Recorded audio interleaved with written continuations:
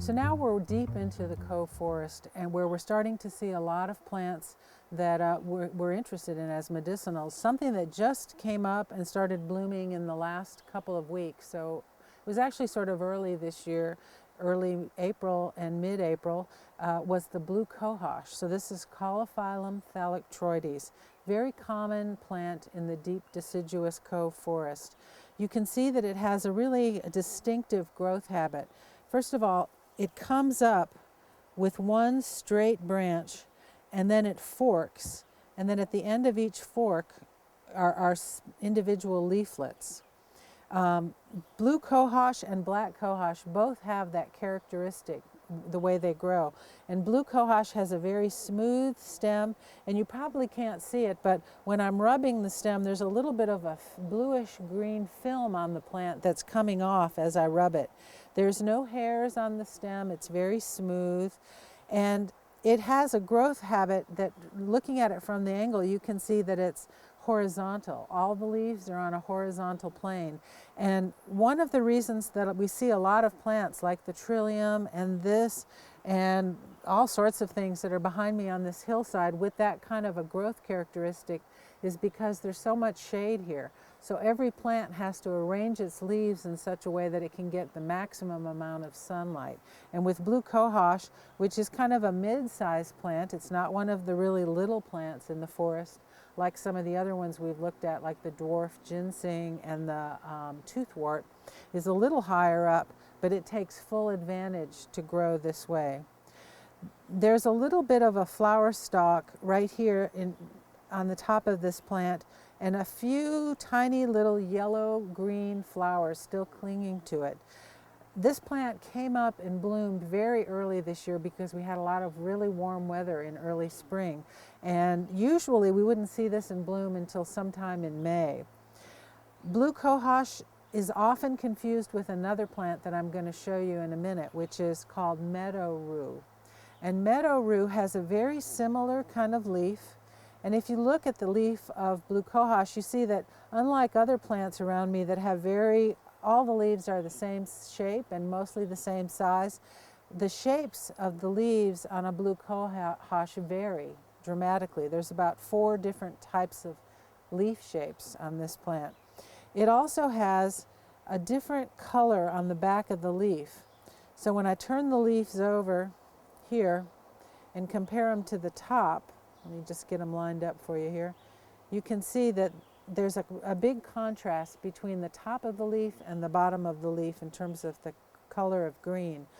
When I show you meadow rue in a few minutes, you're going to see that meadow rue has the same color on the top and the bottom. And so that would be one of the indicators that you had chosen the wrong plant. Blue cohosh is something that we would be harvesting later in the fall when these flowers have turned into berries, and they're dark blue berries. We'll be showing you those later in the summer, but for now we would just want to note where this plant was because we'd want to harvest the roots in the fall after the berries had formed. So this is blue cohosh, Caulophyllum thalictroides, that I'm talking to you about now. And I just want to also point out that right around it are a lot of Trillium. We see a false hellebore, even a little bit of a foam flower, which is another spring ephemeral that's blooming right now, and a little bit of wood rue right here, which is a different kind of rue. It's also one of our spring ephemerals, very small, diminutive plant, a little Christmas fern, and over here we see the leaves of bloodroot. I want to just kind of move over a little bit because there's another plant just beyond where I'm sitting right now that is an important plant to know how to identify, even though it's not a medicinal plant. One of the ways we learn about medicinal plants and how to identify the right one is to learn about any kind of poisonous lookalikes and what the characteristics are that are different between those two plants, so that when you harvest something, even if it has a lookalike, you're enough familiar with the other plants, the toxic plants, that you don't make a mistake and get the wrong one. This plant right here is Bain berry, Actea pachypodia. And you can see that it is also in bloom right now, these beautiful white flowers, and it has serrated leaves, It also has a sort of a similar growth structure to the blue cohosh that I showed you a minute ago. And when we start looking at black cohoshes, you're going to see that that's also very similar. This plant is sometimes mistaken for black cohosh. So early in the spring, before the flower comes, and after this flower dies back, it's very common for people to mistake bainberry. It's also has the common name doll's eyes with black cohosh. Not a good thing to do because this plant is considered toxic. So one of the characteristics that you're going to look for with bainberry to know what it is that, first of all, the time of year that it blooms. We're seeing this flower now in April. Black cohosh sends up its flower stalk in mid-July, and it's in bloom throughout July and into early August. So what we want to do when we're harvesting black cohosh to make sure that we're never confusing it with this plant is to only harvest black cohosh when it's sending up its flower stalk. So this plant is going to go to berry in another few weeks. It's going to have a very distinctive white berry with a black dot on it, which is why it gets the name doll's eyes. And locating the flower or the berry on a plant that looks like this, like black cohosh, is really critical for making sure that you've identified and harvested the right plant.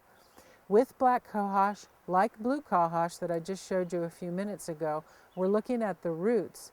And with most plants that we're using the roots as the medicines, we would be harvesting those either first thing in the spring, just as the foliage appears, which unfortunately is a time of year where it's hard to make a positive identification of the plant, or in the fall after the flowers have faded and the seeds have ripened.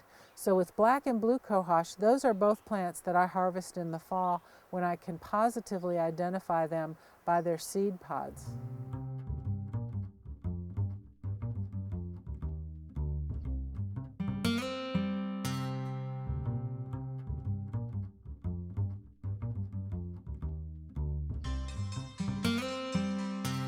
All morning I've been looking for some Trillium erectum. This whole forest is full of various species of Trillium, and we've showed you a few before now. But the one that is used medicinally is a particular species that's also known as birthroot or birthwort. And the root of that particular Trillium was used to stimulate contractions in labor.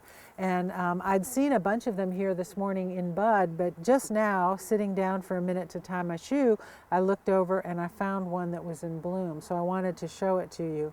This is just a stunningly gorgeous maroon flower, and it is actually, the flower stalk is coming out from the center between the three leaves, and then the bloom opens, it sort of droops down to the side, but it's a very distinctive flower, and it's the root of this plant that is still used primarily in homeopathy to give to women in the 3 or 4 weeks before labor to prepare the uterus for healthy contractions, along with black cohosh and blue cohosh.